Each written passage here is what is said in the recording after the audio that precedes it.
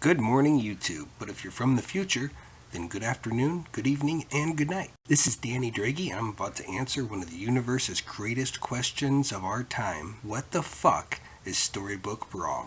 Storybook Brawl is an 8-player card battler with characters from your favorite fairy tales and bedtime stories. Imagine Disney and Hearthstone had a baby, but Disney was a huge dick and abandoned them. I know that may be hard to believe, but stay with me here. The payoff is huge.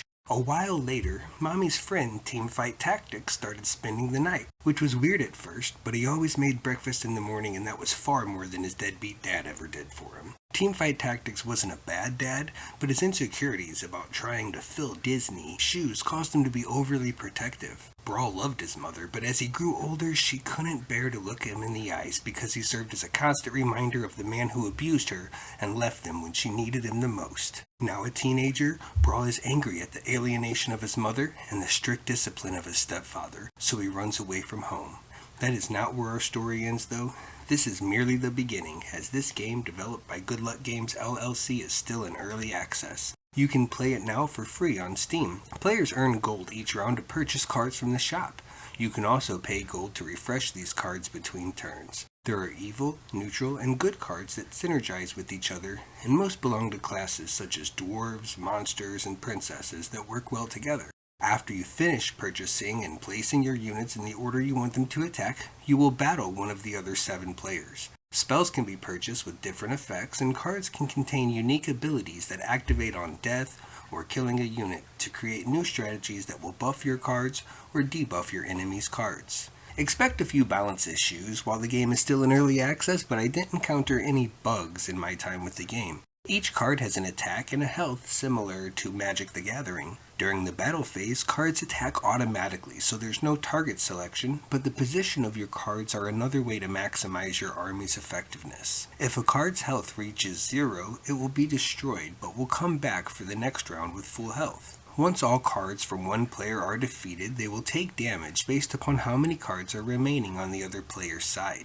Some cards also contain quests, such as do X amount of damage or cast X amount of spells, and upon completion, you will unlock a treasure. You can also get treasures from upgrading cards by obtaining 3 copies of the same card. These treasures give permanent bonuses or debuffs and are a key to victory. You can have up to 3 treasures at one time. Each player has an active melee and ranged row to place cards on, as well as an inactive third row to store extra cards, but these do not battle. The goal is to survive longer than the other 7 players by winning battles, and the game is over when there is only 1 player left. Each player selects a hero card at the start of the match and has various bonuses. Only a small amount of these heroes are unlocked, and unlocking more serves as the primary progression mechanic in this game, as there's no need to unlock the cards you play with since they are random from a shared pool, with higher level cards appearing more frequently as the game progresses, based upon your hero level.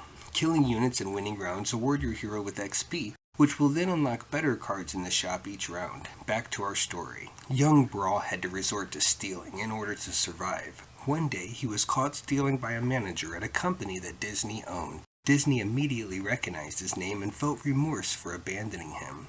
He wanted to repay him somehow, but couldn't live with the immense guilt he felt while in his presence, so he offered him a proposition. He was to travel around the world to hear the stories parents tell their children before bed. Brawl loved to travel and enjoyed stories, so he saw this as a golden opportunity. Every month, Brawl would visit a different corner of the earth and send Disney a new story. This went on for many, many years until Brawl found out that the reason Disney wanted all of these stories was to patent their characters so that only he could profit from the merchandising rights they procured. Feeling used and betrayed, he confronted Disney with the sole intention of killing him. When Disney saw the gun, he begged for his life and explained to Brawl that he was his real father, to which his bastard replied, "That's impossible.